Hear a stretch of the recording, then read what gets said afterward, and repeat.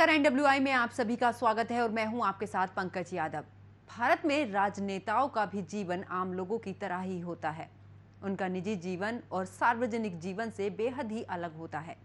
उनके निजी जीवन से कई सच को लोग जानना चाहते हैं, लेकिन कई राजनीतिक अपनी जिंदगी के सच को लोगों तक बताने का साहस नहीं कर पाते हैं। फिल्म इंडस्ट्री जहां अपने पर्सनल लाइफ को लोगों से छुपाते हुए दिखाई देती है, तो वही नेता भी अपने निजी जिंदगी से लोगों को दूर रखते हैं।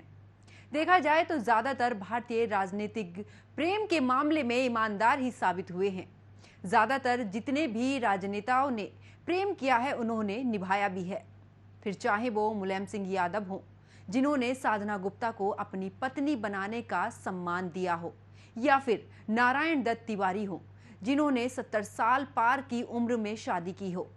आइए हम आज आपको कुछ राजनेताओं के प्रेम कथाओं के बारे में आपको बताते हैं। चलिए बात करते हैं अखिलेश यादव और डिंपल यादव की प्रेम कहानी की। ये राजनीति की सबसे खूबसूरत प्रेम कहानी है, जिनकी बॉन्डिंग काफी ज्यादा पसंद की जाती है। उत्तर प्रदेश के पूर्व मुख्यमंत्री अखिलेश यादव और उनकी पत्नी डिंपल यादव की लव स्टोरी किसी फिल्म या परी कथा जैसी है। ऑस्ट्रेलिया से पढ़कर लौटे अखिलेश यादव की मुलाकात उत्तराखंड के आर्मी परिवार की दूसरी बेटी डिंपल से लखनऊ विश्वविद्यालय के एक कार्यक्रम में हुई। डिंपल वहां की छात्रा थी। ये मुलाकात दोस्ती से कब प्यार में बदल गई, दोनों को पता ही नहीं चला। शुरुआत में मुलायम सिंह यादव इस रिश्ते से सहमत नहीं थे, पर बाद में परिवार की सहमति से दोनों की शादी हो गई। चलिए अब अगली स्टोरी आपको सचिन पायलट और सारा अब्दुल्ला की बताते हैं। इनका विवाह ज्यादा चर्चाओं में इसलिए नहीं आया क्योंकि तब सचिन पायलट राजनीति में नहीं थे, इसीलिए क्योंकि इन दोनों लव बर्ड्स के परिवार भारतीय राजनीति के शिखर परिवारों में से एक थे। लंदन में पढ़ाई के दौरान जब सचिन की मुलाकात सारा अब्दुल्ला से हुई, तब उनके भाई उमर अब्दुल्ला भारत में जम्मू कश्मीर के मुख्यमंत्री थे। हालांकि अब्दुल्ला परिवार इस रिश्ते के खिलाफ था, पर पायलट परिवार ने सारा को बहू स्वीकार कर लिया। शादी के कुछ अरसे बाद जब सचिन राजनीति में उतरे, तो उनके ससुर जम्मू कश्मीर के पूर्व मुख्यमंत्री फारूक अब्दुल्ला ने भी उन्हें अपना दामाद स्वीकार कर इस संबंध पर सहमति दे दी। तो चलिए अब आगे बात करते हैं राजीव गांधी और सोनिया गांधी की। ये कहानी राजीव गांधी के राजनीतिक जीवन में उतरने से बहुत पहले अपनी कामयाबी की मंजिल पर पहुंच चुकी थी। इटली की सोनिया माइनो ने भारत के पूर्व प्रधानमंत्री इंदिरा गांधी के बड़े बेटे राजीव गांधी देश में कैम्ब्रिज यूनिवर्सिटी में पढ़ाई के दौरान मिले। प्यार हुआ, दोनों ने शादी कर ली। सोनिया आज भी अपने प्यार को दुनिया का सबसे खूबसूरत एहसास मानती हैं। आगे बात करते हैं दिग्विजय सिंह और अमृता राय की कहानी की। कांग्रेस नेता दिग्विजय सिंह और उनकी दूसरी पत्नी यानी कि न्यूज एंकर अमृता राय के रिश्ते उस समय खासे चर्चा में रहे, जब उनके कुछ अंतरंग तस्वीरें सोशल मीडिया पर वायरल हो गई।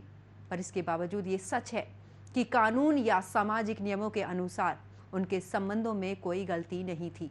अपनी पहली पत्नी की मृत्यु के बाद दिग्विजय सिंह अमृता के करीब आए और बाद में दोनों ने शादी कर ली।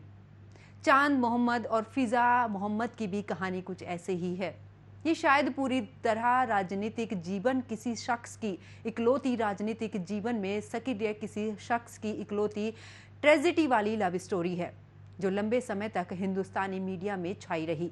और अब भी जब राजनेताओं की प्रेम कहानियों का इतिहास दोहराया जाएगा, इस कहानी का जिक्र जरूर किया जाएगा।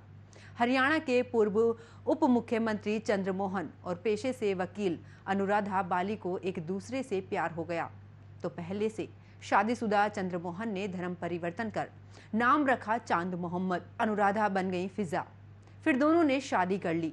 बाद में पता नहीं कोई दबाव था या कुछ और वजह, चांद फिजा को छोड़ गए और फिर से चांद मोहन बन गए। फेज 3 पर्सनैलिटी बन चुकी फिजा ने कुछ टीवी शोज में भी काम किया और एक दिन वो अपने फ्लैट में रहस्यमय तरीके से मृत पाई गई थी।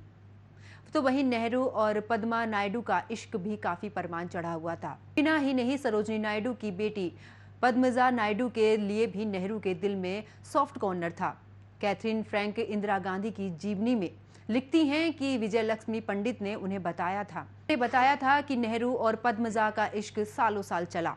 ये थी हमारे राजनेताओं की लव स्टोरी।